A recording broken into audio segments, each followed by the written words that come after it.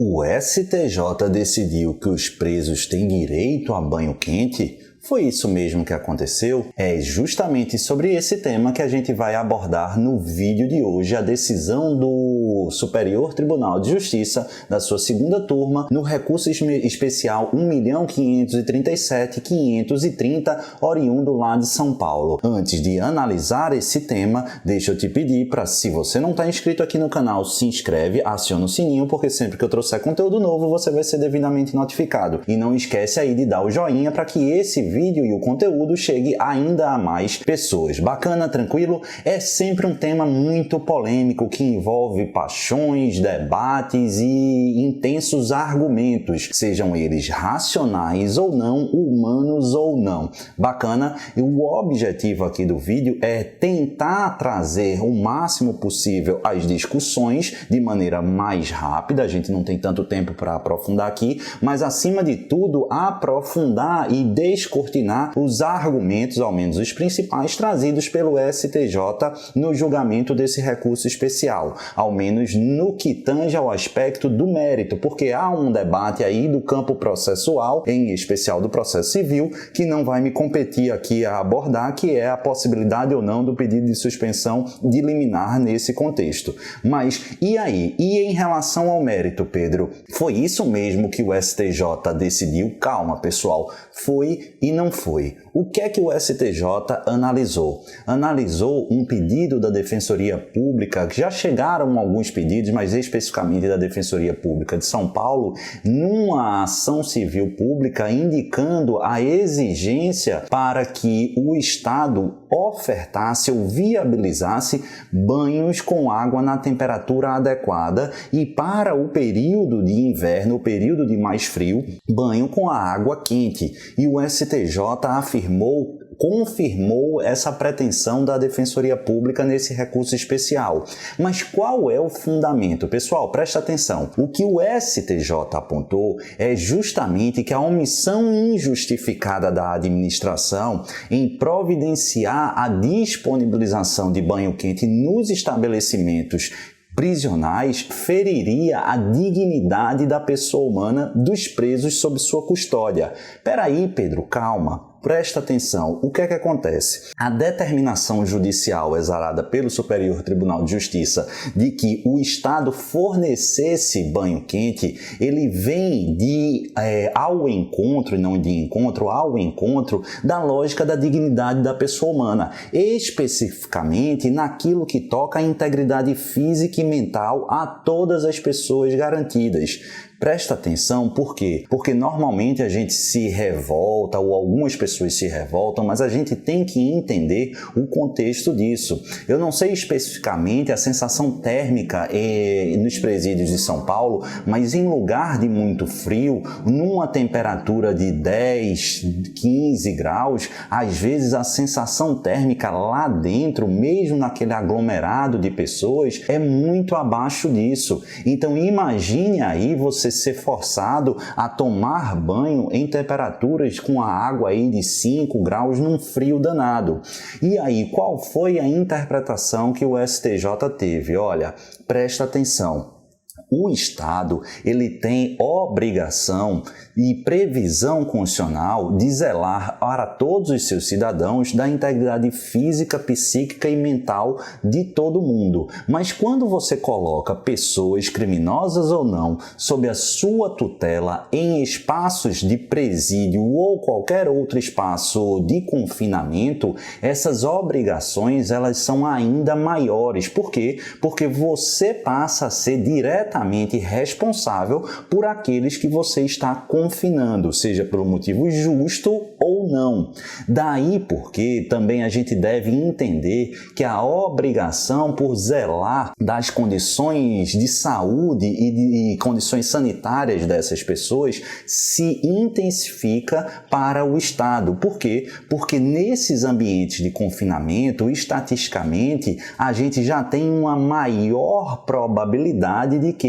De geração e de contaminação das mais diversas doenças. São espaços, naturalmente, em que a imunidade das pessoas ali localizadas, elas já caem. E aí, no contexto contexto específico, quando você está diante de um frio exagerado, de um frio específico, em que a lógica indicaria nos cuidados de asepsia, de saúde, de limpeza e cuidados sanitários o banho quente em detrimento do banho frio, você se negar a fornecer o banho quente seria similar a um tratamento degradante, a um tratamento que atentaria à integridade física e também mental dessas pessoas. Ademais, pessoal, dentre outros argumentos, um muito interessante trazido pelo STJ foi o seguinte: a ONU, ela estabeleceu as regras de tratamento mínimo para os presos, conhecidas como regra de Mandela. E dentre essas regras de Mandela, a regra número 16, ela expressamente diz o seguinte: devem ser fornecidas instalações adequadas para o banho, a fim de que todo preso possa tomar banho e assim possa ser exigido na temperatura apropriada ao clima, com frequência necessária para a higiene pessoal, de acordo com a estação do ano, a região geográfica, mas pelo menos uma vez por semana em clima temperado. É essa a ideia aqui da regra 16. Pedro, essas regras de Mandela são regras cogentes? Não, pessoal, ela não é cogente, ela é aquilo que a gente chama de soft law. Só que, não obstante ela ser uma regra de soft law do plano internacional, cada vez mais vem se exigindo, em razão da observância necessária dos direitos humanos, a sua efetivação e, sobretudo, quando não há maiores justificativas, ou seja, é imprescindível cada vez mais a observação desses comandos, ainda que de soft law, para a concretização de direitos humanos, desde que, claro, não haja irrazoabilidade ou não haja justificativa plausível, que parece-me, de acordo com o que disse o STJ, era o caso. E aí você deve estar pensando: Pedro, tudo bem, compreendi a lógica de um lado de garantia de direitos humanos, de direitos fundamentais, a impossibilidade de tratamento degradante que atinge a integridade física e mental desses presos. Tudo bem, eu compreendo, mas e aquela clara dicotomia, ou constante dicotomia entre mínimo existencial e a reserva do possível? Isso não atacaria a estruturação orçamentária dos estados, da administração pública? E é aqui que vem mais um argumento extremamente interessante, em que o STJ rememorou lições anteriores, não trouxe nenhuma novidade, mas é um argumento muito interessante da gente tomar o conhecimento. O que é que disse aqui o STJ? Que aqui, pessoal, não seria caso de observância e de aplicação do escudo de salvaguarda para a administração pública do princípio da reserva do possível. Por quê? Porque, na verdade, pelas peculiaridades envolvendo extrema e importante garantia de direitos humanos, desse tratamento aqui que tutela e protege a integridade física e mental do preso, nós estaríamos diante de uma situação mais compatível com outro aforisma, o princípio da reserva do impossível, ou seja, a reserva de intocabilidade da essência. Pedro, nunca ouvi falar nessas expressões, pois anota aí: reserva do impossível e reserva da intocabilidade da essência. O que é isso aqui? É o interesse público reverso, pessoal. Por quê? Porque determinadas matérias, elas se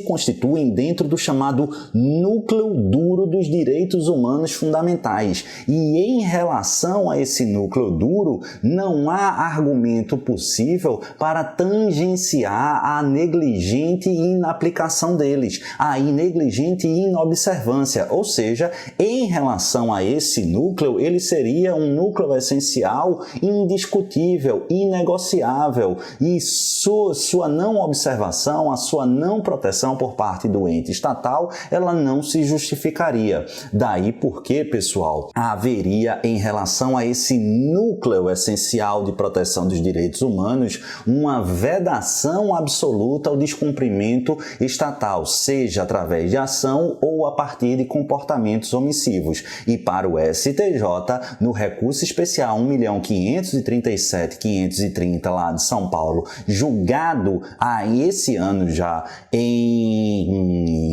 pela segunda turma da Corte Superior, do STJ, o banho quente ele se enquadra justamente nesse cenário. Aí, pessoal, eu já destaquei isso, mas presta muita atenção, por quê? Porque na hora da sua prova, o seu examinador ele pode ser maldoso. E aí, eu até coloco e falo para os meus alunos, estava mandando um áudio para eles, mas acho que semana passada, ou agora não me lembro, ou essa semana, já estou tão perdido com essa quarentena, mas eu disse aqui, ó, não sei se vocês sabem, mas eu passei 2 anos lotado lá em Rio Branco, no Acre, exerci, dentre outras funções lá, como defensor público federal, mas fui membro do Conselho Penitenciário. E lá a gente tinha alguns presídios que na época do verão eles chegavam a sensação térmica de 48 graus, um verdadeiro inferno na terra. Aqui na Paraíba também, sobretudo no verão, os presídios ficam com a sensação térmica extremamente altas. É óbvio que a gente não vai forçar, o que o STJ não está dizendo,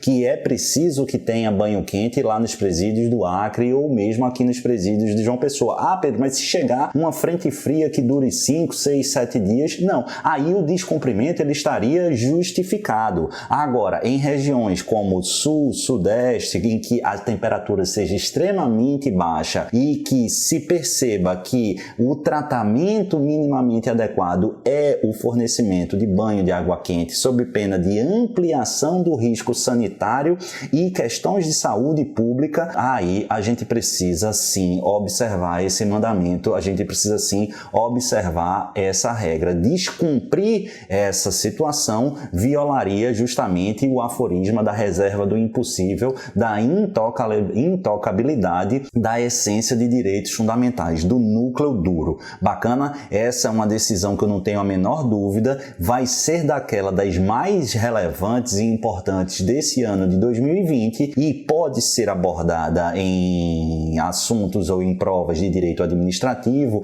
a depender do caso no âmbito criminal e em direito constitucional. Espero que vocês tenham gostado. Deixa seu comentário aí. Há argumentos para os dois lados, tanto favorável como contrário a essa tese, e isso vai ser explorado. Bacana? Comenta aí sempre de maneira respeitosa o que é que você acha dessa decisão e ainda, em cima de tudo, o que é que você achou desse vídeo. Se gostou do vídeo, ainda que discorde, dá o joinha. Por quê? Porque aí esse recado ou essa dica e o nosso canal vai chegar para ainda mais pessoas. Um beijo no coração de todos, fiquem com o Papai do Céu e até o próximo vídeo. Valeu, pessoal!